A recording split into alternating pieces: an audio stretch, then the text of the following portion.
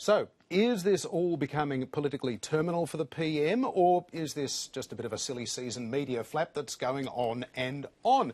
So, Cato, what's your view on all of this? I must admit, on Monday I was thinking, yeah, right, this will do till a real story comes along, and here we are towards the end of the week. It seems to be snowballing. Yeah, look, I think the fact that you've got Conservative commentators piling on, you know, from Janet Albrechts and the rest of the crew, I think people are seeing it as more serious. I do think it's a yarn. I'm not at the point yet that I think it's terminal. You know, for it to be terminal, they'd have to keep digging what is already a deep enough hole. There are a lot of experienced operators down here. You know, it's very clear that they've got a very big problem. You know, the difficulty they've got is that with the Senate and with their ability to really actually get big runs on the board, it's hard to sort of shift the tone. But I can't believe they'll keep going down. Yeah, and Kerry Chikarovsky, you've been in the position of leading on a Conservative party in Australian politics. In turmoil, thanks, John. Thanks for reminding me. How important are these Conservative commentators? They like to think they're terribly important. In reality, are they? Well, I think they're particularly important to the Conservative base. That's the problem I think the Prime Minister's got at the moment. It's not that, you know, these people are saying these things. The fact that they're being, you know, run everywhere is obviously a problem for him. But the fact that their base may be listening is the issue. And, you know, there are a lot of people who identify as being Liberal or National, you know, Conservative, who listen religiously to Alan Jones and, you know, read Janet Albrechtsen and listen to Andrew Bolt. And that's the problem, I think, that those people are now saying, you know, things like that. I agree with Sue, though. I don't think it's terminal, but I think the real issue for the Prime Minister, apart from the fact that these people are talking, is that it's the question of judgment. It's not the issue itself, it's the question of judgment. And that's what people are saying. Well, look, you know, it was stupid enough to introduce knights and dames, creating that as an issue. It's now even more stupid to create Prince Philip, who, you know, I don't actually see what his connection with Australia beyond the Duke of Edinburgh scheme is. So that's the issue for him. So what the Prime Minister needs to do is make it, you know, get back on track and say, look, yes, as he said yesterday, yes, I didn't consult widely enough, but now let's get back to the real issues. And with the greatest respect, I love Bill Shorten, but I mean, that is the oldest cliche in the book to talk about, you know, you can't govern your party, you can't govern the country.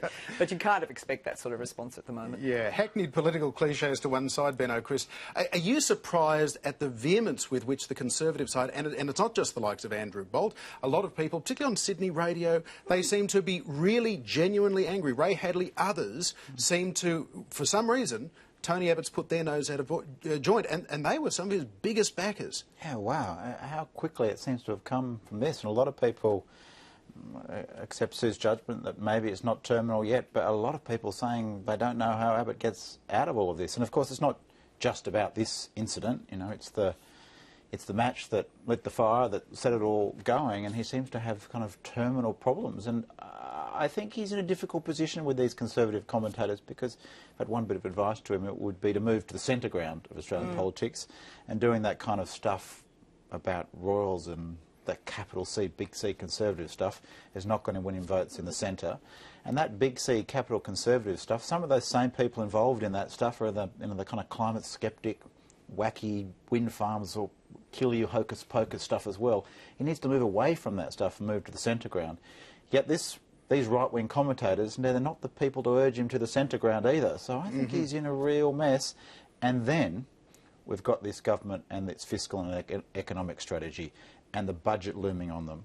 And that's where the real problems are going to sit in, I think. I mean, they went to the last budget talking about debt and deficit and austerity. Then they shifted to structural savings they needed to make. Then they shifted to shock absorbers. And where have they got left to go? We've got an economy that's actually in a bit of strife. They actually need to be talking perhaps fiscal stimulus, but they can't go there. That's exactly what the Conservative base doesn't want. That's exactly what their political ideology doesn't allow them to do. So I think they've got themselves in a real economic mess that's still coming.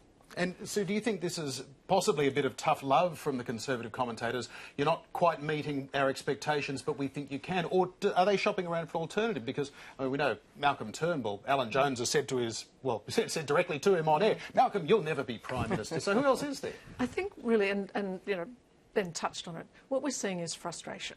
You've got a lot of people who've been backing Tony Abbott after all of the assaults, and this is a symptom of the anger and the confusion because people expected so much more.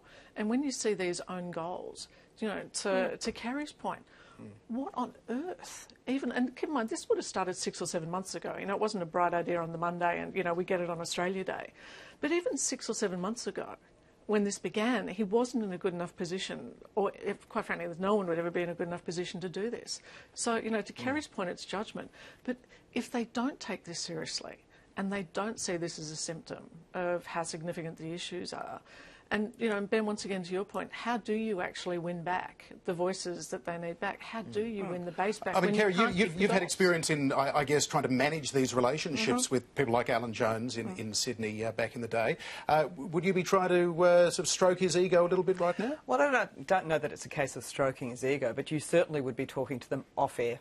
I mean, I wouldn't be having these conversations at the moment with any of these guys on air, and I think, you know, as he did the mea culpa publicly yesterday by saying I haven't consulted widely enough, I think he'd probably need to have a conversation with some of these people and say, look, I'm actually understanding now, you know, much better than I should have before. I should have known this, but I'm now understanding it better, and I do appreciate your comments, I do appreciate your criticism, and I've taken it on board. But I wouldn't be doing that. With greatest respect, I wouldn't be going on Alan Jones and having that conversation. To your point, it's not about just saying I'm going to he reform. He's actually got to really do it. And what we've seen is, and the same issues that you had with, you know, Kevin Rudd's office and some of the other previous officers, when they get in the wars, they shut down, and no one's talking. And can I just say on that, because I need to, you know, put it out there, I think it is completely unfair of the media, of Rupert Murdoch, of certain other people within the community to be, to be blaming Peter Credlin. Yep. I think that is completely unfair to do that, because, you know, this is, at the end of the day, you as a Chief of Staff, yes, you give fearless advice, but you have to take, your boss takes a decision. I mean, I remember people working with me. Well, people working with me would always say that. This is certainly a story that's going to be continuing on. It's now into day 4. I think it's going to be into day 5 and probably into February as well, but we'd better move on for now.